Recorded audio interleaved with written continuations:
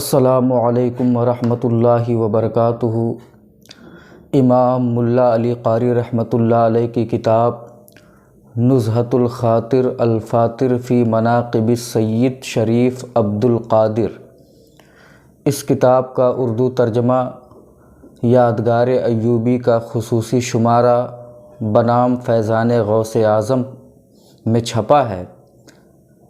کتاب فیضان غوث اعظم کے صفحہ نمبر 37 پر ایک واقعہ منقول ہے سرکار غوث اعظم کے حوالے سے۔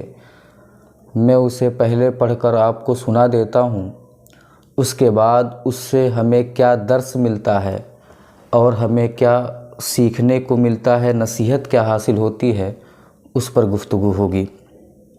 عبارت کچھ یوں ہے: شیخ ابو العباس حسینی موصلی فرماتے ہیں کہ ہم بغداد میں سیدنا شیخ عبد القادر رضی اللہ تعالی عنہ کے مدرسہ میں بیٹھے تھے کہ عباسی خلیفہ مستنجد باللہ المظفر یوسف عباسی آئے اور آپ کو سلام کر کے بیٹھ گئے اور سنہری دیناروں سے بھری 10 تھیلیاں پیش کیں۔ آپ نے فرمایا، مجھے اس دولت کی ضرورت نہیں۔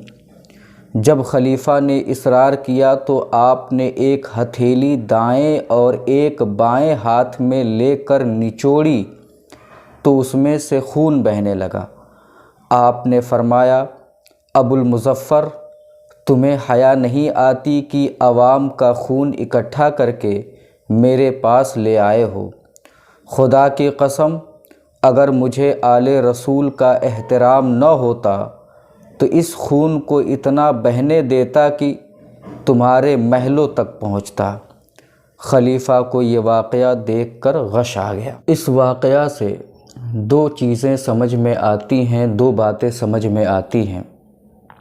پہلی یہ کہ سرکار غوث اعظم رضی اللہ تعالی عنہ کی کرامت کہ آپ نے ان تھیلیوں میں موجود سونے کے سکوں کو دیکھ کر یہ سمجھ لیا کہ یہ سکے کس طرح سے حاصل کیے گئے ہیں، لوگوں پر ظلم کر کے، انہیں ڈرا کر دھمکا کر، انہیں زیر کر کے یہ سونے کے سکے حاصل کیے گئے ہیں اور بطور ظلم یہ سکے حاصل کیے گئے ہیں۔ اسی لیے آپ نے اپنے ہاتھوں میں لے کر اسے نچوڑا اور اس میں سے خون بہنے لگا، تو یہ ثابت بھی ہو گیا کہ سرکار غوث اعظم کی بات صحیح ہے۔ تو ایک تو آپ کی کرامت سمجھ میں آ رہی ہے۔ دوسری بات یہ ہے کہ سرکار غوث اعظم رضی اللہ تعالی عنہ کے سامنے اس وقت کے خلیفہ ابو المظفر یوسف عباسی تھے، مگر سیدنا شیخ عبد القادر جیلانی رحمۃ اللہ علیہ نے اس خلیفہ کے سامنے حق بیانی سے قدم کو پیچھے نہیں ہٹایا، بلکہ ان کے سامنے بھی حق بیانی کی اور ایک مخصوص انداز میں انہیں ظلم کرنے سے روکا۔ اس واقعہ کو پڑھنے کے بعد اب میں تمام مسلمانوں کو عمومی طور پر یہ کہنا چاہوں گا کہ آپ حضرات بھی حق بیانی سے اور حق بولنے سے کبھی بھی اپنے آپ کو پیچھے نہ کھینچیں، بلکہ جہاں بھی موقع ہو آپ حق بولیں، سچ بولیں اور شریعت کی پابندی کریں۔ اور خصوصی طور پر گروہ علماء سے، علماء کرام سے میں یہ گزارش کروں گا کہ آپ کا یہ فرض منصبی ہے، آپ کی یہ ذمہ داری ہے کہ آپ ہر لمحہ حق بولیں، سچ بولیں اور حق کا ساتھ دیں۔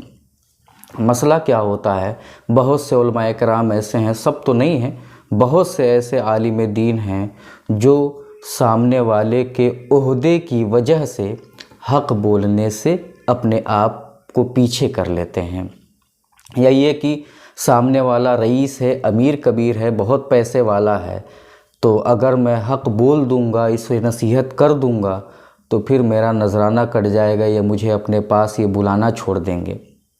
اور بہت سے معاملات تو ایسے ہوتے ہیں کہ کسی انسان سے ہمارے کلوز تعلقات ہوتے ہیں، بڑا گہرا رشتہ ہوتا ہے، اس کے سامنے بھی حق نہیں بولتے ہیں کہ ہمارے رشتے میں کھٹاس پیدا ہو جائے گی۔ تو علماء کرام کو یہ سب سوچنے کی ضرورت نہیں ہے۔